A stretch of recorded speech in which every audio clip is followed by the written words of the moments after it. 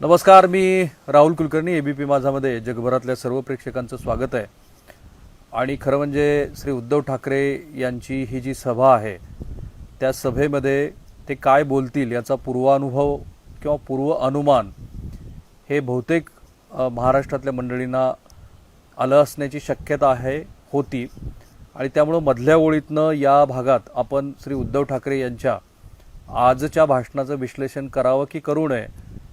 असा विचार करत असताना 2-3 महत्त्वाच्या गोष्टी,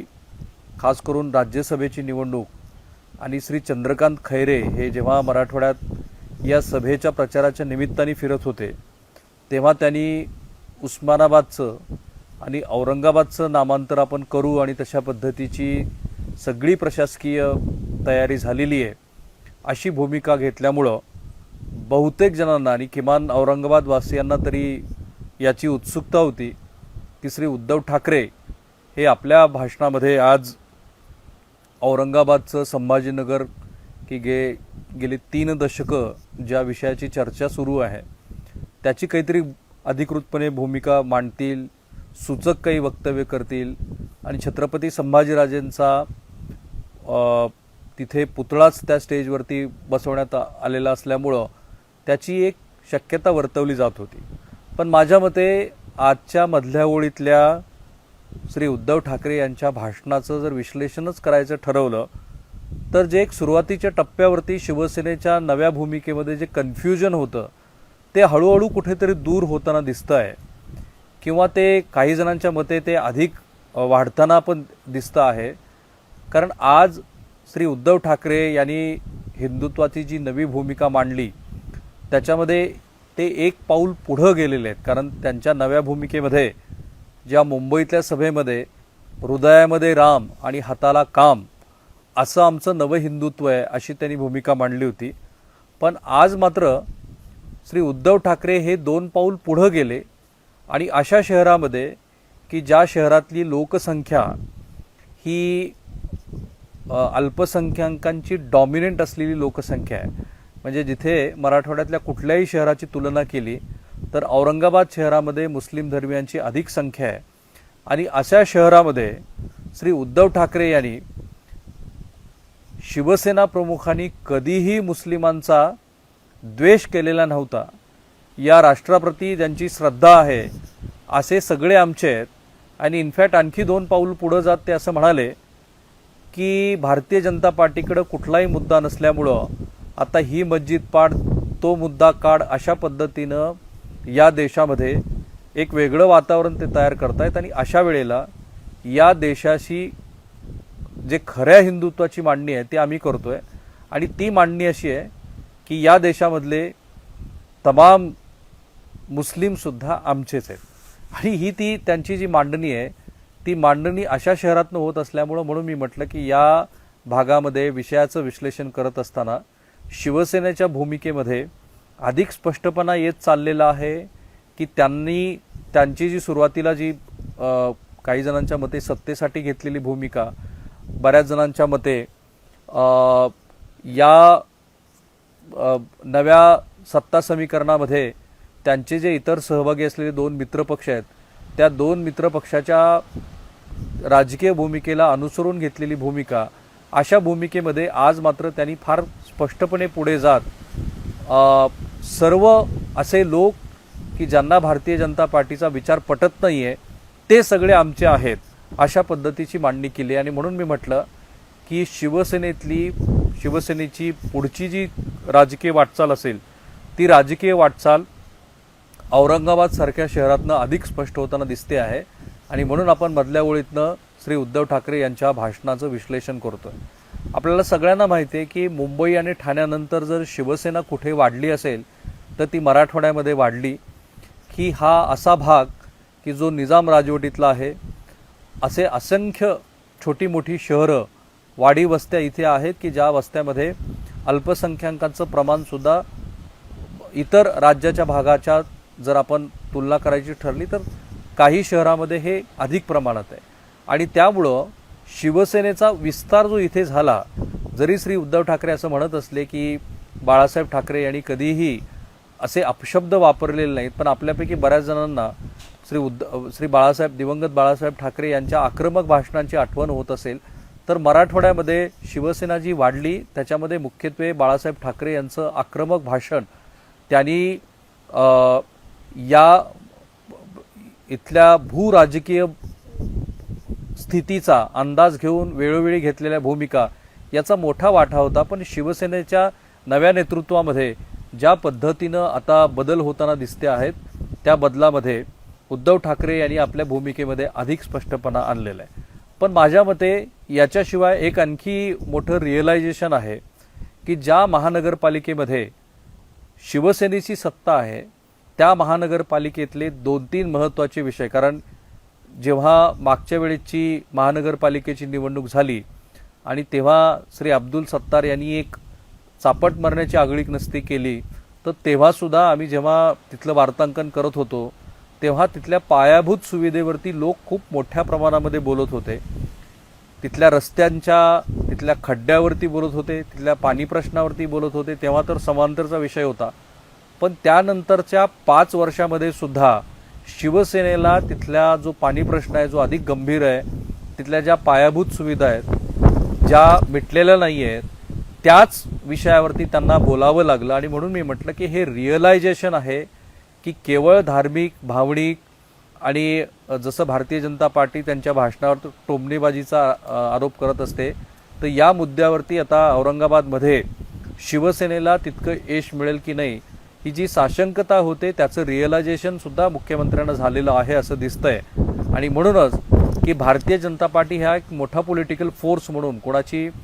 ते मान्य करण्याची इच्छा असो किंवा नसो पण भारतीय जनता पार्टी हा एक मोठा पॉलिटिकल फोर्स म्हणून या भागामध्ये उभा राहिलेला असताना त्यांना आपल्या भूमिकेमध्ये थोडासा बदल करावा लागतोय असं दिसतंय। आणि म्हणूनच त्यांनी आपल्या भाषणाची सुरुवातच औरंगाबादमधल्या पाणी प्रश्नावरून केली। त्यांनी औरंगाबादच्या जनतेला हे सांगायचा प्रयत्न केला की जरी आमची पूर्वी महानगरपालिकेमध्ये सत्ता असली तरी आम्हाला राज्यामध्ये सत्ता नसल्यामुळं ते प्रश्न मिटवता आलेले नाहीत, पण आता आम्ही ते मिटवू आणि म्हणून मी माझा प्रामाणिकपणा अशी त्यांनी ती भूमिका मांडत एक प्रकारे औरंगाबादमध्ये शिवसेनेची महानगरपालिकेत सत्ता असून सुद्धा जे काही प्रश्न मिटलेले नव्हते ते प्रश्न सोडवण्याची त्यांनी भूमिका मांडली। पण ज्याची सगळ्यांना अपेक्षा होती, कारण शिवसेनेचे हे सरकार आलं म्हणजे श्री उद्धव ठाकरे यांच्या नेतृत्वाखाली हे सरकार आल्यानंतर 2 शहराचा, कारण त्यांचा जो 3 टीजर या सभेचे आले त्याच्यामध्ये पण त्यांनी या शहराचा उल्लेख संभाजीनगर असा केलेला आहे। आणि एवढंच नाही तर त्यांचे जे अधिकृत दौरे आणि तिथल्या पालकमंत्र्याचे सुद्धा अधिकृत दौरे जे आले त्या प्रत्येक दौऱ्याच्या वेळेला औरंगाबादचा उल्लेख संभाजीनगर असा होत होता। आणि श्री चंद्रकांत खैरे हे या सभेच्या आधी जिथे जिथे म्हणून गेले तिथे तिथे ती सगळी प्रक्रिया पूर्ण झालेली आहे आणि आता केवळ प्रशासकीय घोषणा बाकी आहे असं सांगत होते। त्यामुळे संभाजीनगरचा थोडा तरी उल्लेख या भाषणामध्ये श्री उद्धव ठाकरे करतील अशी अपेक्षा होती, पण त्यांनी तसा काही उल्लेख केला नाही। आणि म्हणून बहुतेक आत्ता जे त्यांच्या सहकारी पक्षाबरोबर असलेलं जे कॉम्प्रोमाइजचं, कारण सत्ता चालवताना अनेक गोष्टीचं कॉम्प्रोमाइज करावं लागतं, त्या कॉम्प्रोमाइजचं जे नातं आहे त्यातनंच बहुधा त्यांनी संभाजीनगरचा उल्लेख वगळलेला आहे असं दिसतं आहे की ज्याचं खूप एक्सपेक्टेशन्स होतं। आणि मी जे म्हणालो की भारतीय जनता पार्टीला आपल्या या नव्या भूमिकेमध्ये आम्ही देशाला मानणाऱ्या सगळ्या मंडळींचं, म्हणजे हृदयामध्ये राम आहेच, आमच्या हाताला काम देत असताना देशाला मानणाऱ्या सगळ्या मंडळींचं प्रतिनिधित्व करतो आहे असं सांगत असताना त्यांनी भारतीय जनता पार्टीला 2-3 गोष्टीवरती कॉर्नर करण्याचा प्रयत्न केला। एक म्हणजे जम्मू अँड काश्मीरमध्ये जे दुर्दैवानी पंडितांच्या बद्दल आज घडताना दिसतं आहे तो एक चांगला मुद्दा या निमित्ताने शिवसेनेच्या हातात होता आणि त्याचं शिवसेना गेल्या 3 दिवसापासून युटिलायझेशन करताना दिसत आहे। कारण श्री संजय राऊत हे कालपासून त्यांच्या सकाळच्या प्रेस ब्रीफिंगमध्ये प्रत्येक वेळेला केंद्र सरकारनं हा प्रश्न विचारताना दिसत आहेत की जे काश्मीरी पंडित आहेत त्यांच्याबद्दलचा जो तुम्ही त्यांना संरक्षण देऊ, त्यांचं रक्षण करू अशा ज्या भूमिका वेळोवेळी घेतलेल्या होत्या त्या आता होताना दिसत नाहीत। इनफॅक्ट जम्मू काश्मीरमध्ये 2 दशकापूर्वी जशी स्थिती होती आणि भारतीय जनता पार्टी विरोधी पक्षामध्ये असताना तेव्हाच्या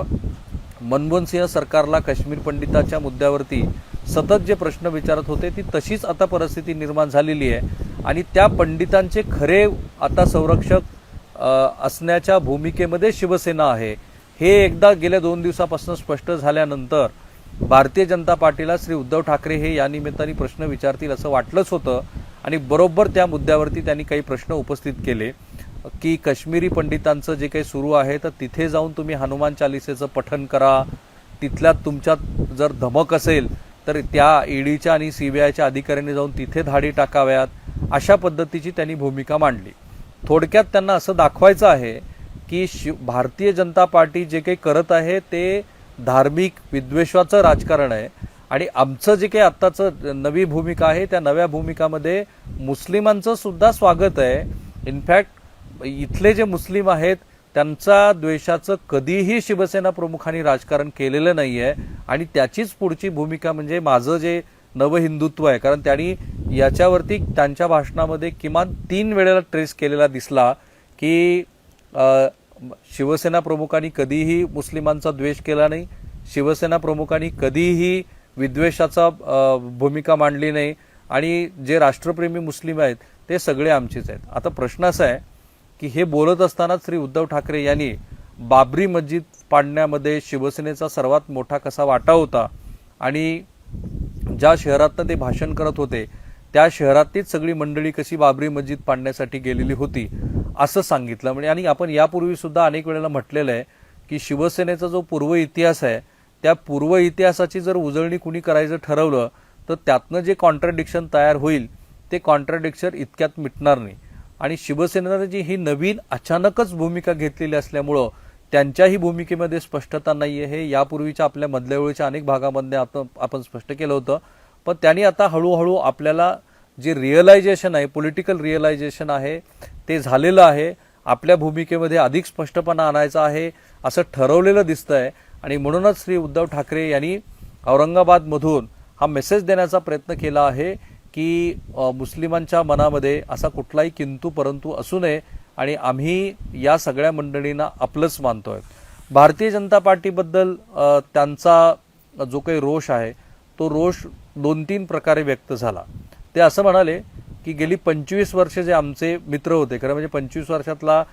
2 वेळेचा कालखंड हा ब्रेकअपचा कालखंड आहे, पण हे खरं आहे की देशाच्या राजकीय इतिहासामध्ये इतका दीर्घकाळ कुठलेही 2 राजकीय पक्ष हे एकमेकांचे मित्र राहिलेले नाही आहेत। अशा मित्राचं आत्ताचं जे वागणं आहे ते त्यांना फार आश्चर्यकारक वाटतं आहे आणि जे पूर्वीचे त्यांचे राजकीय शत्रू होते, म्हणजे राजकीय शत्रू अशा अर्थाने, विचार अशा अर्थाने, त्या शत्रूंनी त्यांना दिलेली जी सन्मानाची वागणूक आहे त्याच्याबद्दल त्यांच्या मनामध्ये एक प्रकारची आदराची भावना आहे, पण जुन्या मित्राबद्दल मात्र त्यांची कटुता आहे अधिक असं दिसतं आहे। भारतीय जनता पार्टी ही शिवसेनेबरोबर या महानगरपालिकेमध्ये सत्तेत होती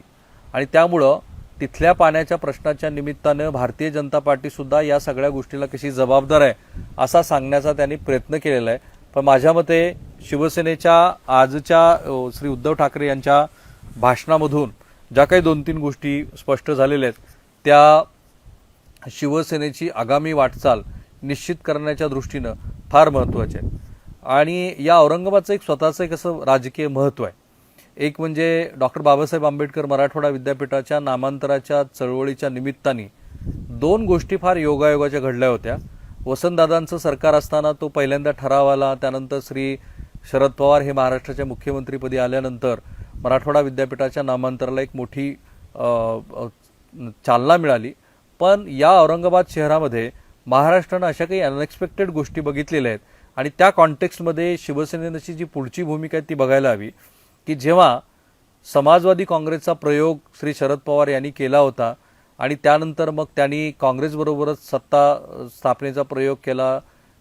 त्याच्यानंतर त्यांना हे रिअलायझेशन झालं की काँग्रेसमध्येच आपलं राजकीय भवितव्य असू शकतं आणि त्यानंतर मग श्री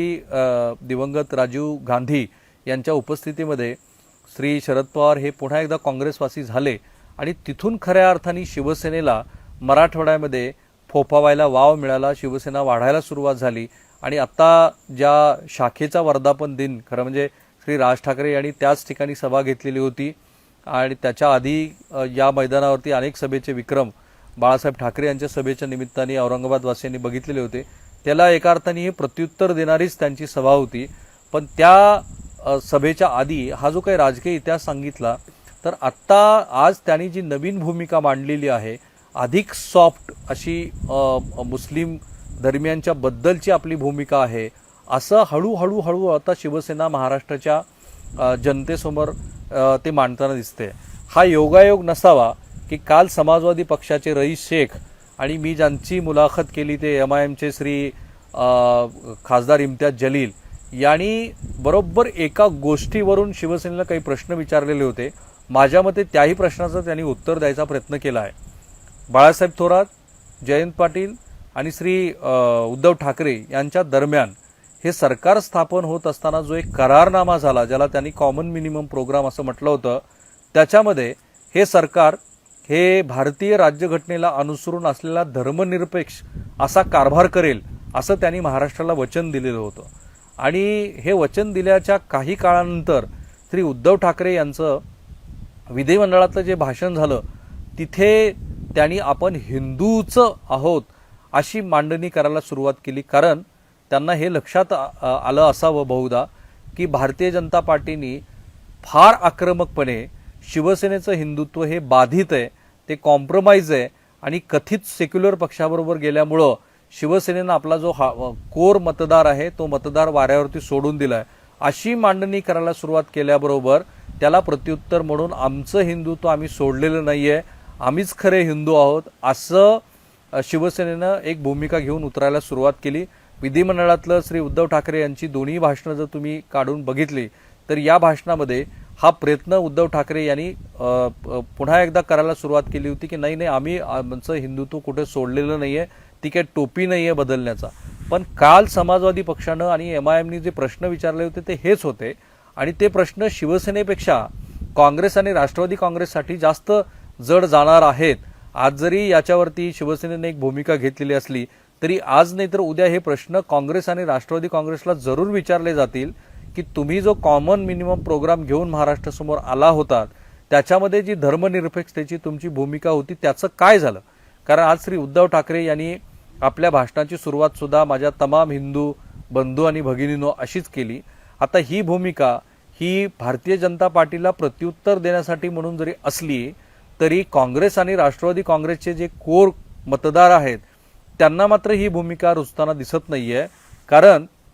इम्तियाज जलील आणि असादुद्दीन ओवैसी हे दोघेही लातूरला तिथे आले होते काल, तर त्यांना मी पुन्हा एकदा हे मला जाणवलं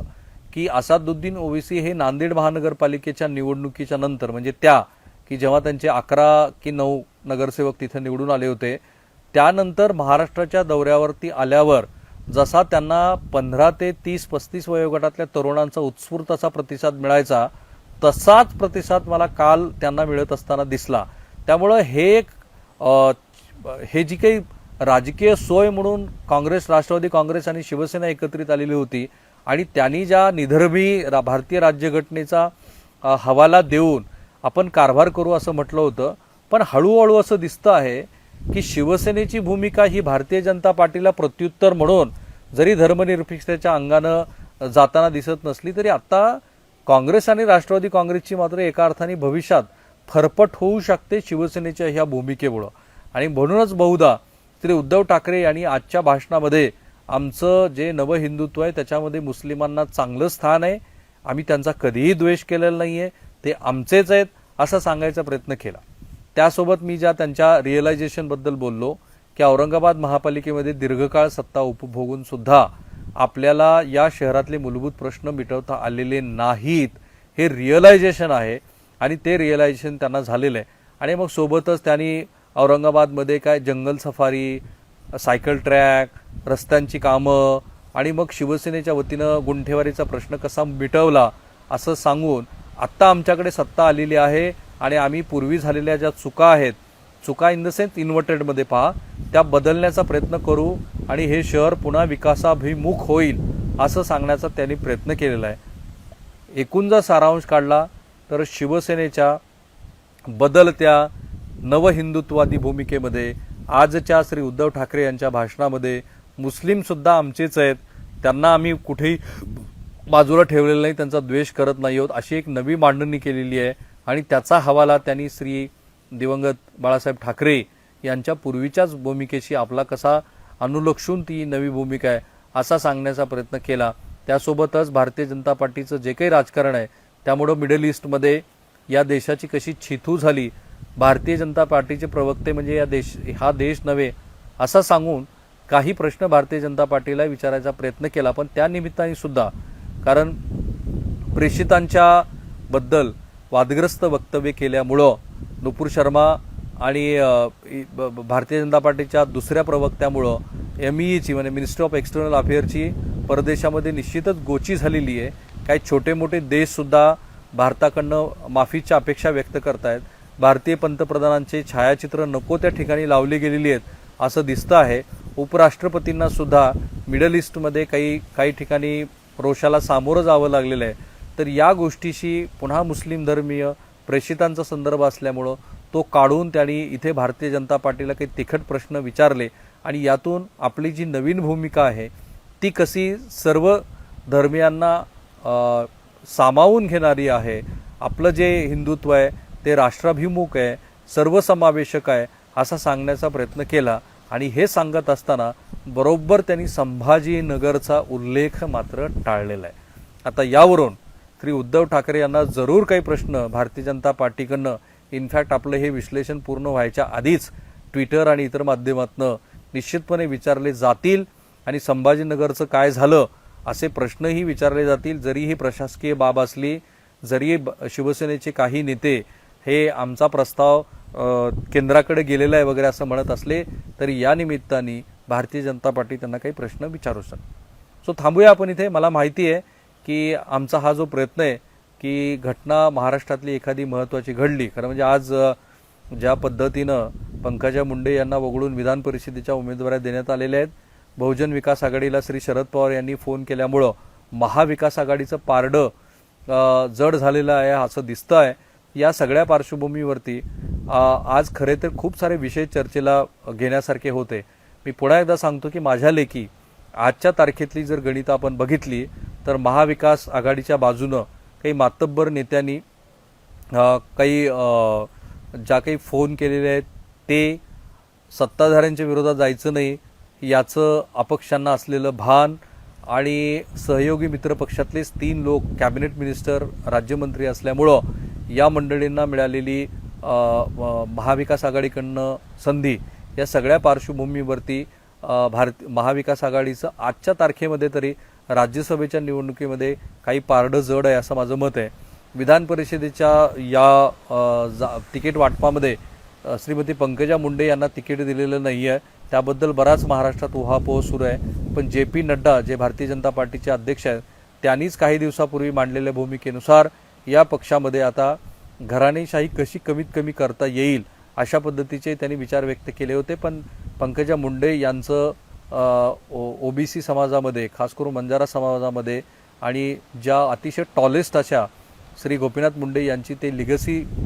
चालवतात, तर दिवंगत गोपीनाथ मुंडे यांनी पार्टीसाठी घेतलेलं परिश्रम,